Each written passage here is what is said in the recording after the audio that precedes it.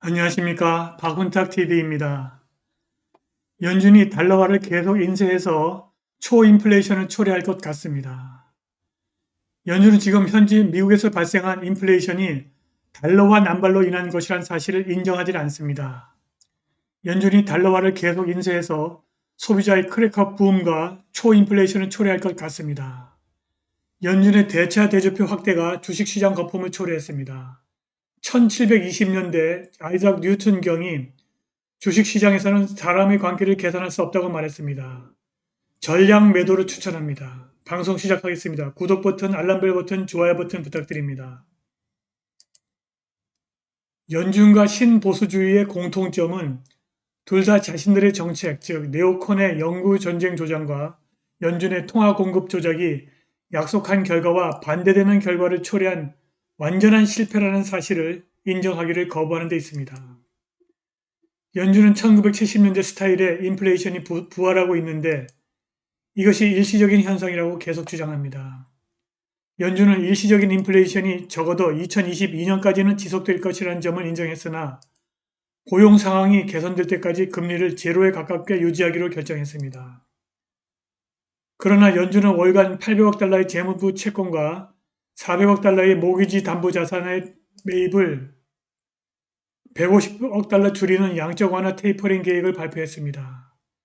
그러나 연준이 재무부 채권 매입을 축소하려는 계획을 그대로 고수할 가능성은 거의 없습니다. 연준의 재무부 채권 매입을 통해서 연방정부는 세금을 인상하거나 재무부 채권에 대해 높은 이자를 지불하지 않고서도 부채를 사용할 수 있기 때문입니다. 의회 예산국은 2030년까지 연간 연방 부채 이자 비용이 2배 이상 증가한 8,290억 달러에 이를 것으로 예상합니다. 이는 정부가 2020년에 지출한 군사비보다 많습니다.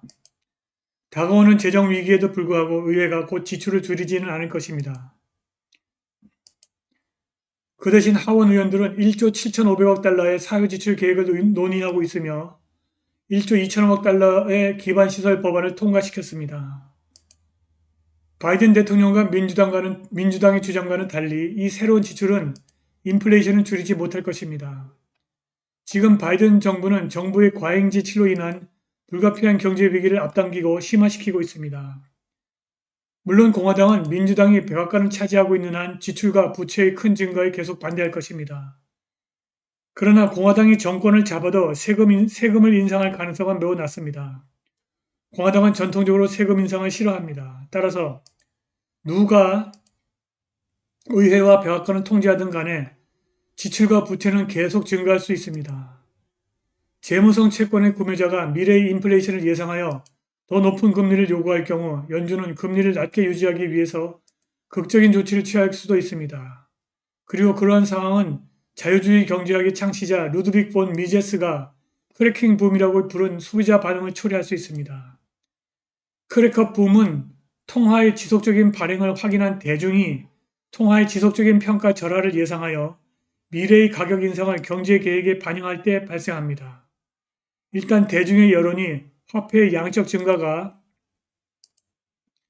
계속되고 결코 끝나지 않을 것이며 결과적으로 모든 상품과 서비스의 가격 상승이 그치지 않을 것이라고 확신한다면 모든 사람은 가능한 한 많이 사고 싶어하는 열망을 갖게 됩니다. 그들은 현금 보유를 최소 규모로 제한할 것입니다. 이러한 상황에서 현금 보유로 인해 발생하는 일반 비용은 구매력의 점진적인 하락으로 인한 손실로 인해 증가합니다. 이러한 현상은 1920년대 유럽의 초인플레이션에서 실제 상품으로의 도피 또는 크래커 붐으로 불려졌습니다. 마침내 대중이 깨어나는 것입니다. 그들은 인플레이션이 의도적인 정책이며 끝없이 계속될 것이라는 사실을 갑자기 자각하게 됩니다. 그리고 크래커 붐이 나타납니다. 모든 사람은 자신이 필요로 하든 필요로 하지 않든 얼마를 지불해야 하든 상관없이 자신의 돈을 진짜 재화와 교환하기를 열망합니다. 바로 이것이 초인플레이션입니다. 아주 짧은 시간 안에 몇 주, 심지어 며칠 안에 화폐로 사용했던 것들이 더 이상 교환의 매체로 사용되지 않습니다. 크래커 붐은 권위주의의 부상으로 이어질 수 있는 경제 위기를 선행하거나 동반합니다. 그러나 론 폴 상원 의원은 이것이 불가피한 것은 아니라고 말합니다. 군대와 기업 복지에 대한 지출 삭감, 복지 프로그램 단계적 폐지, 연준 감사 및 양적 완화 종료를 포함한 중요한 조치를 취할 수 있습니다. 론폴 상원 의원은 진실을 아는 사람들이 경제와 우리의 삶에 개입하려고 하지 않는 제한된 입헌 정부를 복원하는 것이 중요하다는 사실을 동료 시민들에게 확신시키기 위해 노력해야 한다고 말합니다. 그런데 그러한 노력이 연준의 양적 완화와 제로금리 정책을 막을 것이라는 보장은 없습니다. 연준과 연방정부는 달러화를 엄청나게 발행해서 초인플레이션을 일으키지 않으면 도저히 갚을 방법이 없는 어마어마한 규모의 부채를 갖고 있기 때문입니다.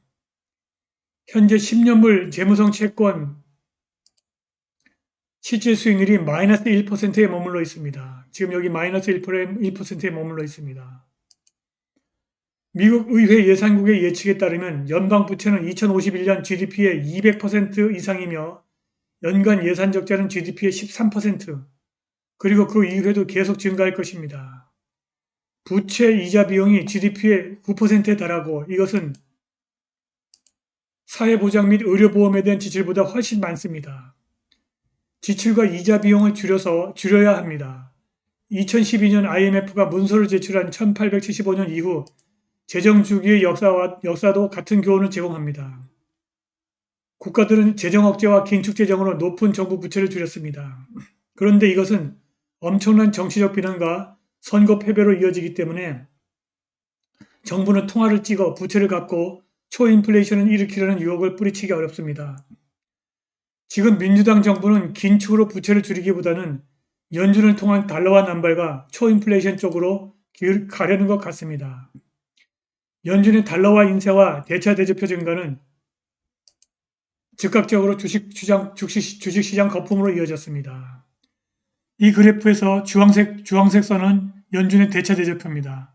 그리고 검정색 선은 S&P 500 지수입니다. 대차 대조표가 올라가면서 S&P 500 지수를 끌어내렸습니다. 그런데 이 그래프에서 오른쪽 그래프에서 이 검정색 선은 정부의 누적 개입입니다. 그런데 이 밑에 선은 누적 GDP 성장률입니다. 누적 GDP 성장률이 정부의 누적 개입과는 전혀 상관이 없습니다. 다시 말해서 이 대차 대조표가 끌어올린 S&P 500 지수는 거품이란 뜻입니다. 이 와중에 미국의 국민들이 주식을 엄청나게 사서 지금 꼭지점에 물려 있습니다. 만유 인력의 법칙을 발견한 아이작 뉴튼 경이 1720년대 영국에서 발생한 남해 회사 사우스 컴퍼니 거품에 투자해서 큰 낭패를 봤습니다. 남해 거품에서 뉴턴의 손실에 대한 이야기는 대중의 금융문헌에서 가장 유명한 것 중에 하나가 되었습니다. 뉴턴은 손실을 계산하면서 천체의 움직임은 계산할 수 있지만 사람의 관계는 계산할 수 없다고 말했습니다. 자, 이 그래프는 1720년대 남해회사 거품을 그래픽으로 만든 것입니다. 그런데 지금 이 남해회사의 거품에서 지금 여기쯤에 지금 현재 우리가 와 있다고 합니다. 주식 투자하시는 분들에게 전략 매도를 추천합니다. 오늘 방송은 여기까지입니다. 감사합니다.